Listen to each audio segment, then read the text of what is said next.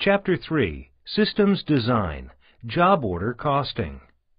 Managers need to assign costs to products to facilitate external financial reporting and internal decision-making. This chapter illustrates an absorption costing approach to calculating product costs, known as job order costing. Learning objective number 1 is to distinguish between process costing and job order costing, and identify companies that would use each costing method. A process costing system is best used by companies that produce many units of a single product, and when one unit of output is indistinguishable from any other unit of output. Because the units of output are identical, the company will probably use an average cost system to determine product cost. An example of a company that may consider a process costing system is Weyerhaeuser, a manufacturer of paper products. When we think of paper manufacturing, we generally think about continuous production of a single roll of paper that may eventually be cut into sizes needed by customers. Other companies that would benefit from process costing are Reynolds Aluminum and Coca-Cola. Certainly, the desire of all three of these companies is to make each unit of output consistent with the quality standards established. Coca-Cola bottled in California should taste identical to the same product bottled in New York City. A company would use a job order costing system when many different products are produced each period. The products are usually manufactured to customers' specifications and are unique in nature. The unique nature of each order requires tracing or allocating costs to each job and maintaining cost records for each job. Companies that may benefit from using job order costing systems include Boeing, Bechtel International, and Walt Disney Studios. Boeing is an aircraft manufacturer. Bechtel is perhaps the largest international construction company. The company works on huge projects that are unique to customer needs. Walt Disney Studios produces movies. This table presents an overview of the differences between a job order and process costing system. With job order costing, many jobs are worked on during the period. With process costing, a single product is produced for a long period of time. With job order costing, costs are accumulated by individual jobs. With process costing, costs are accumulated by department. With job order costing, average unit costs are computed by job. With process costing, average unit costs are computed for a particular operation or by department. See if you can identify those types of companies that would benefit from the use of a job order costing system. There may be more than one company in the list. How did you do? The paper and ketchup manufacturers would probably use a process costing system rather than a job order system. Learning objective number 2 is to identify the documents used in a job order costing system. In a job order costing system, direct materials and direct labor are traced directly to each job as the work is performed. Manufacturing overhead, including indirect materials and indirect labor, represents other manufacturing costs. In other words, like the power used to run the machinery in the factory. Manufacturing overhead cannot be traced directly to specific jobs. Rather, it is allocated to jobs on the basis of a predetermined rate. The job cost sheet is used by the accounting department to track the direct and indirect costs associated with a given job. A job number uniquely identifies each job. Direct material, direct labor, and manufacturing overhead costs are accumulated for each job. The job cost sheet is a subsidiary ledger to the work in process account. We will look at a job cost sheet used by a hypothetical company called Pearco. The company has a job that calls for the construction of wooden cargo crates. You can see the separate sections for direct materials, direct labor, and manufacturing overhead. In addition, we have a section to summarize total costs of the job. Once a sales order has been received and a production order issued, The production department prepares a materials requisition form to specify the type, quantity, and total cost of materials. Here is the materials requisition form completed for job A-143. The requisition is number X7-6890. The worker has requested 12 2x4s, 12 feet long, and 20 1x6s, 12 feet long. The unit cost of the lumber is shown in the unit cost column. The quantity requested is multiplied by the unit cost to arrive at the total cost for materials. The person in charge of the storeroom will issue the lumber once the materials requisition form has been properly authorized.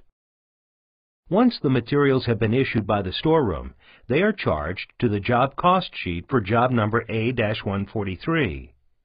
The accounting department records the total direct cost, $116, on the appropriate job cost sheet.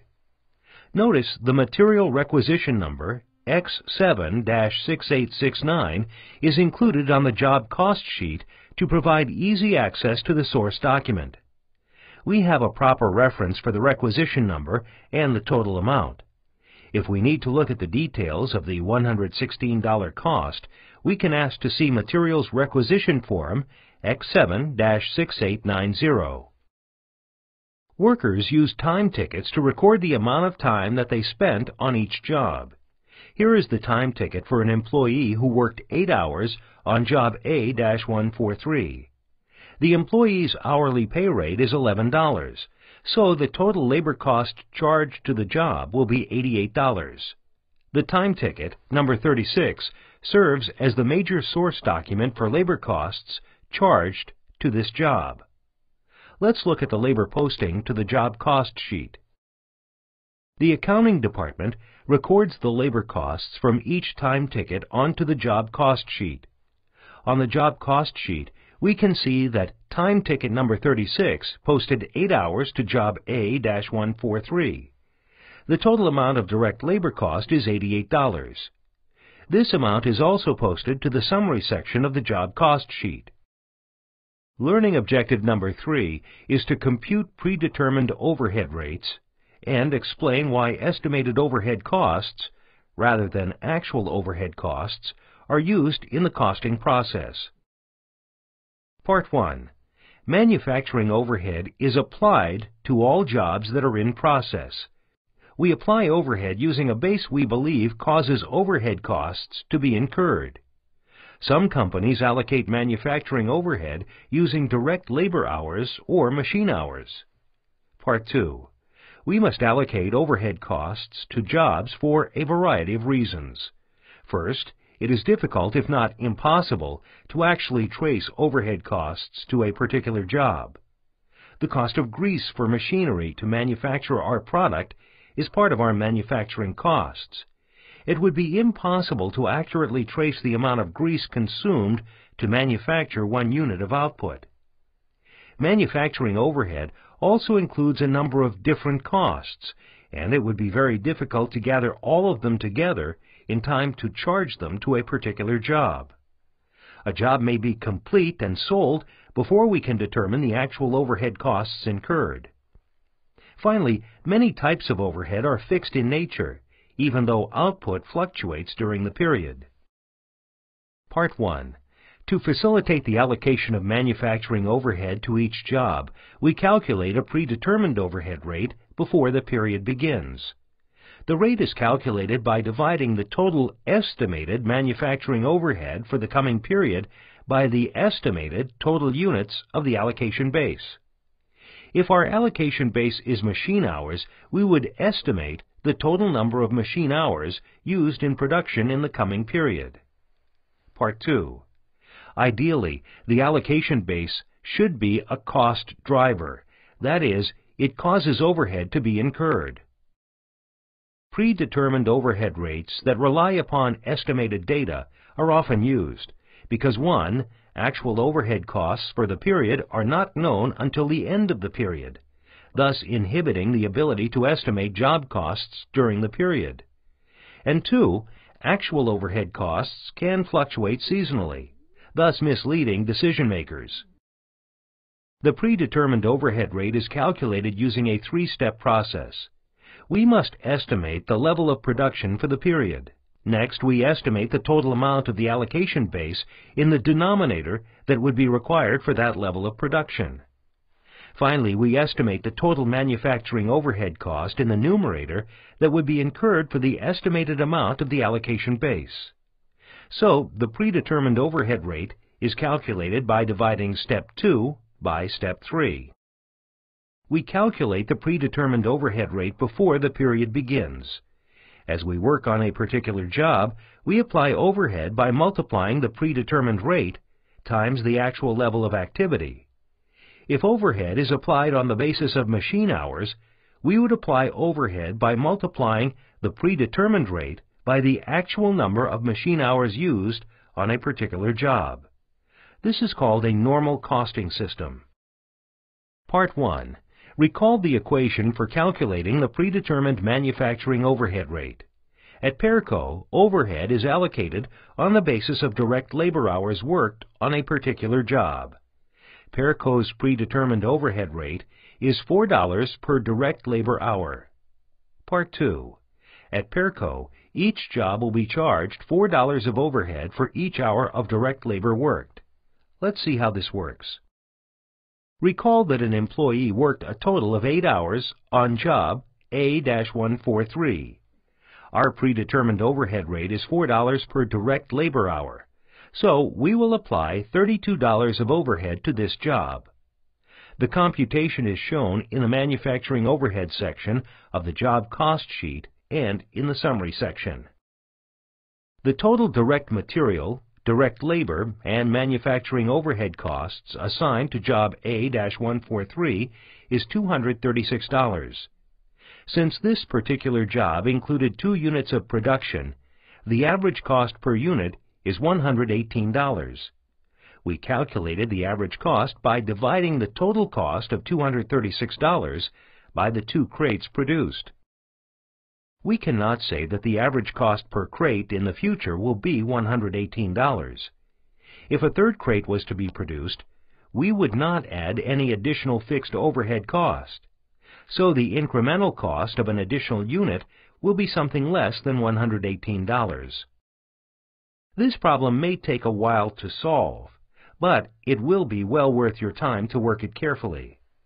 Remember, we are interested in the total cost of the job. To answer this question, we will need all 3 elements of product cost at NW Fab Incorporated. How did you do? The correct answer is $730. You can see the costs, direct materials, direct labor, and manufacturing overhead incurred for job WR53. We begin by calculating the predetermined overhead rate of $38 per direct labor hour.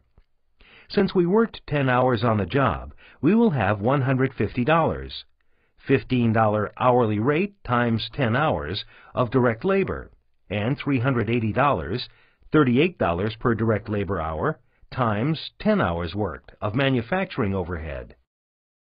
Learning objective number 4 is to understand the flow of costs in a job order costing system and prepare appropriate journal entries to record costs. The entire accounting process begins when a sales order is received from a customer.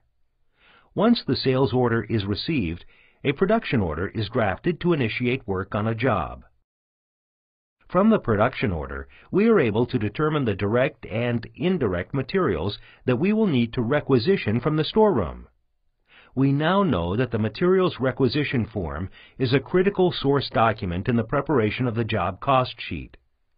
Direct material costs are charged to specific jobs. Indirect material costs are included in manufacturing overhead.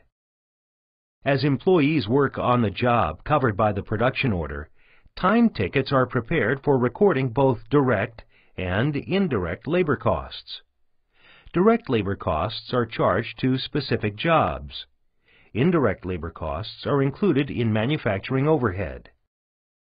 Indirect materials and indirect labor are parts of manufacturing overhead.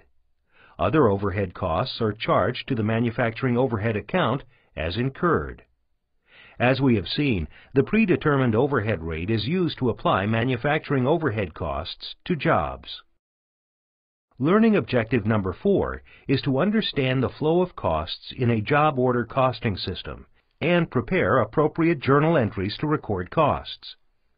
Learning objective 7 is to use T accounts to show the flow of costs in a job order costing system. The transactions in T account and journal entry form that capture the flow of costs in a job order costing system are illustrated on the following slides. Part 1. When raw materials are purchased, they are debited to the raw materials inventory account and credited to accounts payable. Part 2. The cost of direct material requisitions is debited to work in process and added to the job cost sheet, which serve as a subsidiary ledger. Part 3. To account for the indirect materials requisition, the manufacturing overhead account is debited and the raw materials inventory account is credited. Here is an example of the general journal entry to record the purchase of raw materials on account. We debit raw materials and credit accounts payable. When materials are requisitioned from raw materials inventory, we debit work in process, job cost sheet for direct materials, and debit manufacturing overhead for indirect materials. Part 1. Direct labor is debited to work in process and added to the job cost sheet, which serves as a subsidiary ledger, and credited to salaries and wages payable. Part 2. Indirect labor is debited to manufacturing overhead and credited to salaries and wages payable. The cost of direct labor is debited to work in process account, while the indirect labor is debited to the manufacturing overhead account. The cost of labor, direct and indirect, is credited to the salaries and wages payable account. Additional manufacturing overhead amounts are debited to the manufacturing overhead account. The debit side of the manufacturing overhead account represents actual overhead incurred during the period. The credit side of the entry is the various liability accounts, for example, accounts payable and property taxes payable. The credit side will also include prepaid assets, like prepaid insurance, and contra accounts for items like depreciation.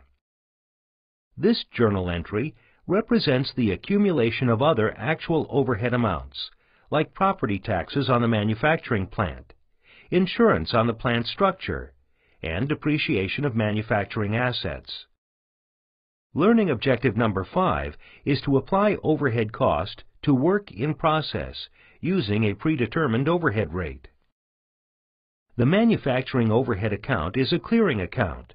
The actual amount of overhead incurred during the period on the debit side of the account will almost certainly not equal the amount applied to work in process on the credit side of the account. This requires a year-end adjustment. When we apply overhead to a particular job, we debit work in process inventory and the job cost sheet and credit the manufacturing overhead account.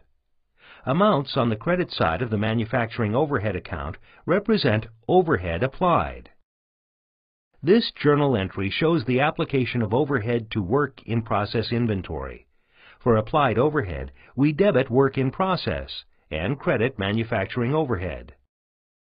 We previously discussed the treatment of selling, general, and administrative salaries expense during the period.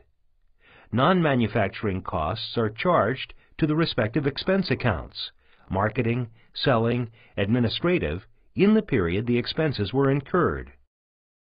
These journal entries illustrate the expensing of non-manufacturing costs in the current period. Learning objective number 6 is to prepare schedules of cost of goods manufactured and cost of goods sold. The sum of all amounts transferred from work in process to finished goods represents the cost of goods manufactured for the period. As a job is completed, its costs are transferred from the work in process inventory to finished goods inventory.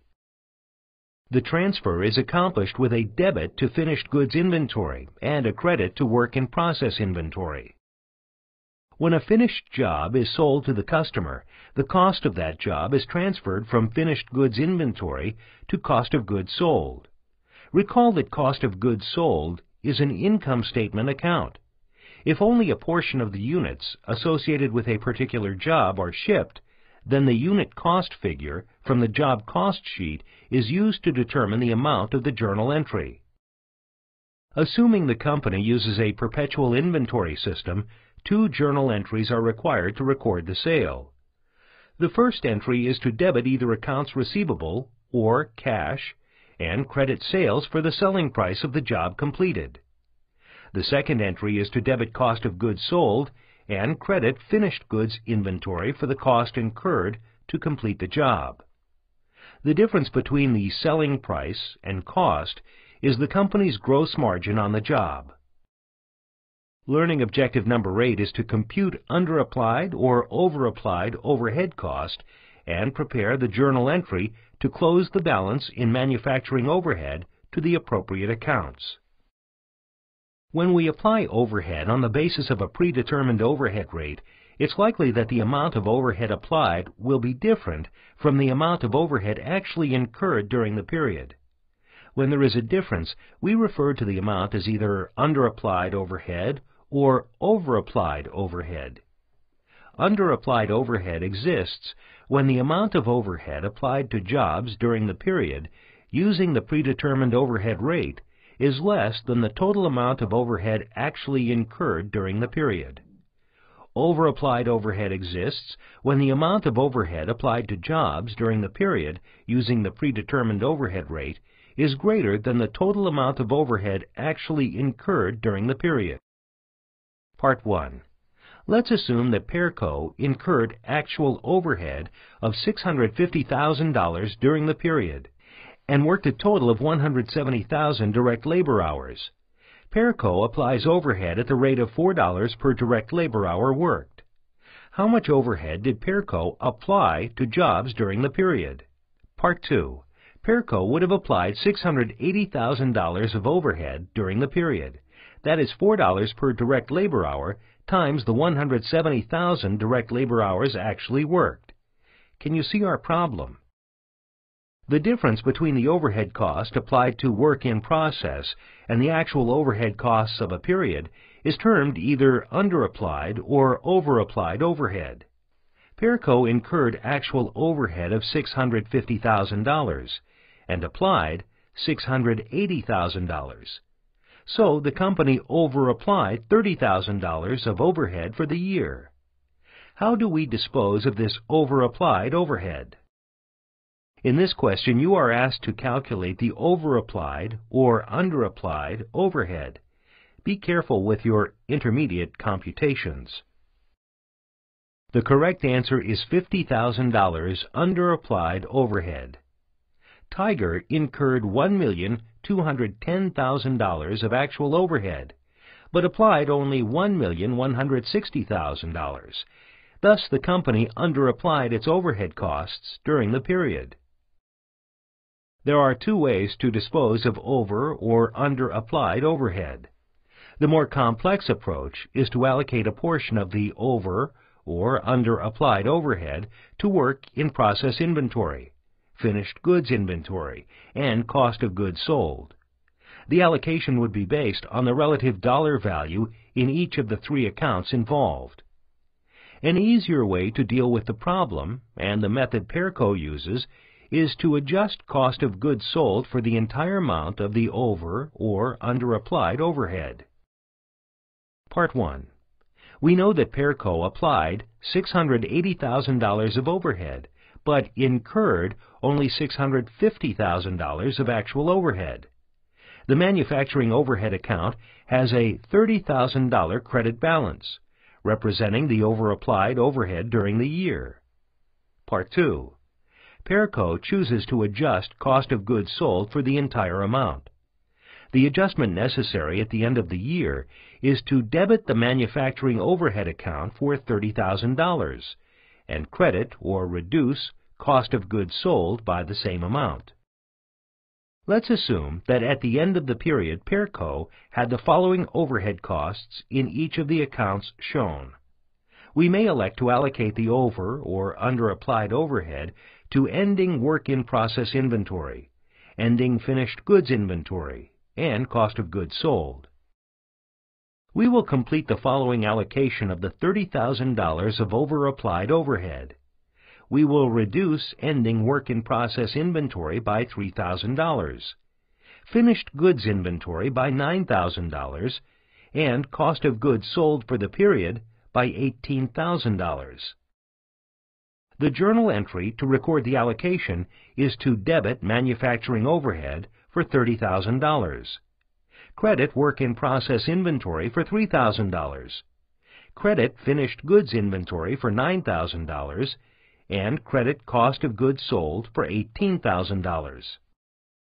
We have provided a good study aid for dealing with overapplied or underapplied overhead. We have shown the impact of both the allocation approach to the solution to the problem and the direct adjustment to cost of goods sold approach. Alternative 2 is considered more accurate, but it is more complex to apply. It is a good idea to review this chart before your next exam.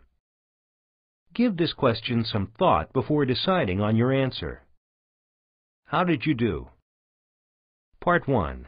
We have assumed that the company has used one single predetermined overhead rate for the entire factory.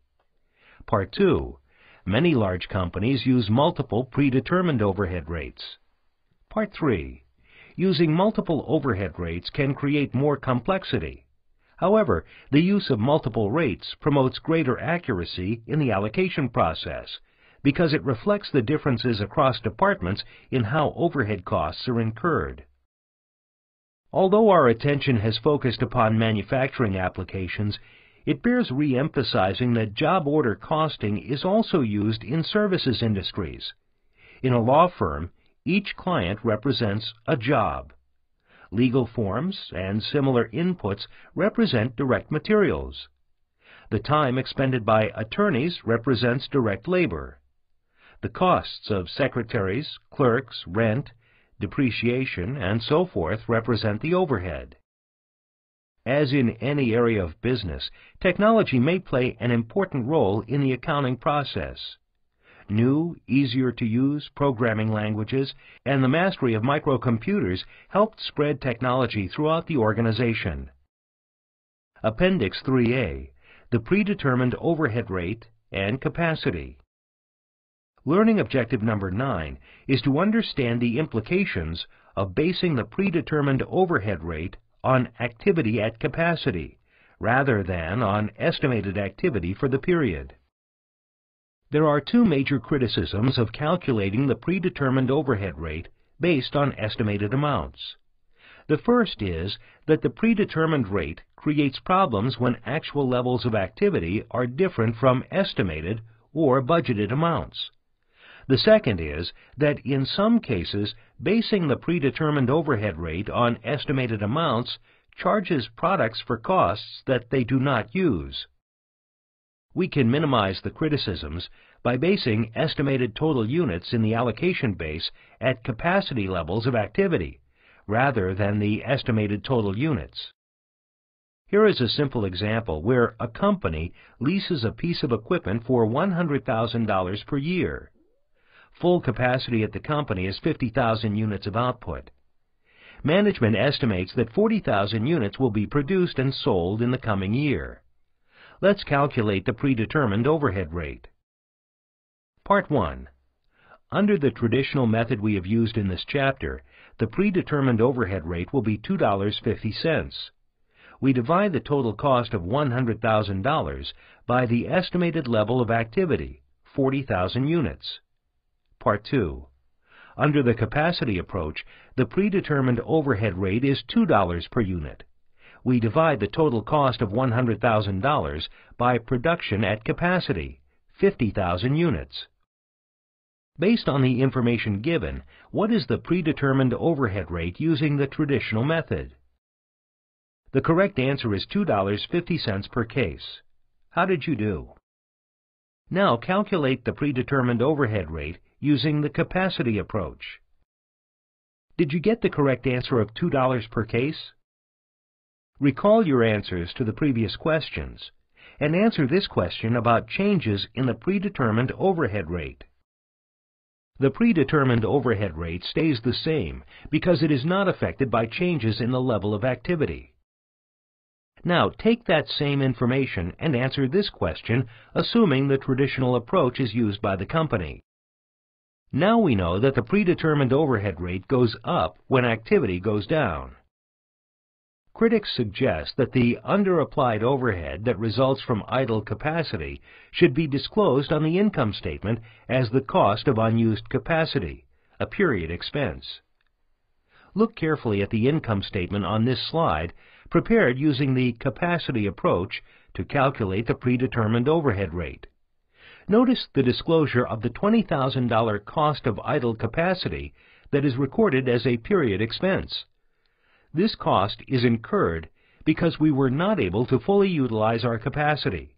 Using a measure of capacity in the denominator of the predetermined overhead rate enables this type of disclosure. Here is the income statement using the traditional approach. Notice that cost of goods sold is charged with the cost of idle capacity. Using the estimated or budgeted amount of the allocation base in the denominator of the predetermined overhead rate calculation does not allow for disclosure of the idle capacity. In this example, underapplied overhead is not treated as a period expense, but instead it is allocated to the work in process, finished goods, and/or cost of goods sold. End of Chapter 3.